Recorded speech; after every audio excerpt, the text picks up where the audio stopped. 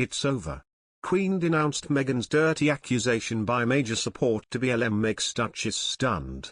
Sir Ken Orlesa, the first Black Lord Lieutenant for London, said that in the wake of George Floyd's murder in the US, he had discussed the topic of racism with the royal household.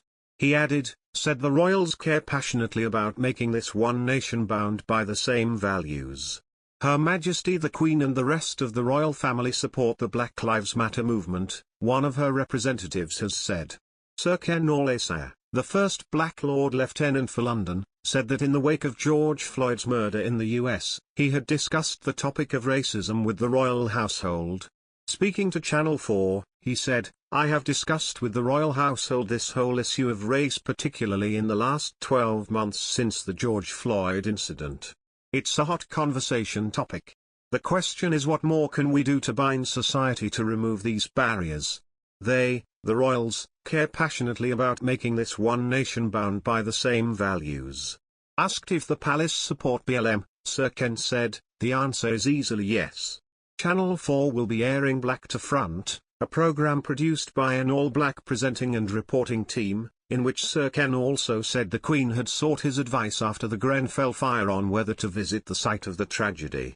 He said he advised the palace to go, but added, I remember thinking as it all happened, it was quite scary, we didn't know whether she would be booed or have things thrown at her etc. And when she got out of the car all these people applauded. The Black Lives Matter movement began as a campaign calling for a response to racism and violence and reached global prominence in the form of protests following George Floyd's killing.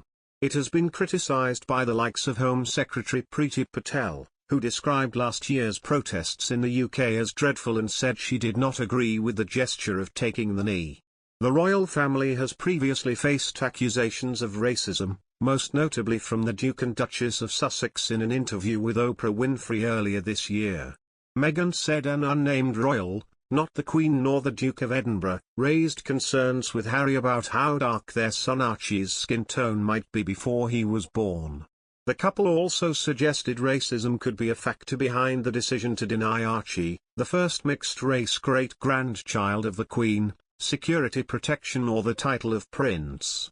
Meghan said that in the months when I was pregnant, we have in tandem the conversation if he won't be given security, he's not going to be given a title, and also concerns and conversations about how dark his skin might be when he's born. Harry said it was not a conversation he ever wanted to discuss. The Queen later issued a statement saying that the issues raised would be dealt with privately as a family, but that some recollections may vary, while the Duke of Cambridge defended the monarchy, saying we're very much not a racist family soon after the interview aired. These were some of the shocking details described by Harry and Meghan in an exclusive interview with Oprah Winfrey, the first they have given since they stepped away from official royal duties last year. They said they would have stayed had they gotten support from the royal family. In one of the only light-hearted moments, the couple revealed their second child, expected this summer, will be a girl. Buckingham Palace has also admitted it must do more and is not where it would like to be in terms of diversity, after publishing figures that revealed its proportion of ethnic minority employees stands at just 8.5%, with a target of 10% for 2022.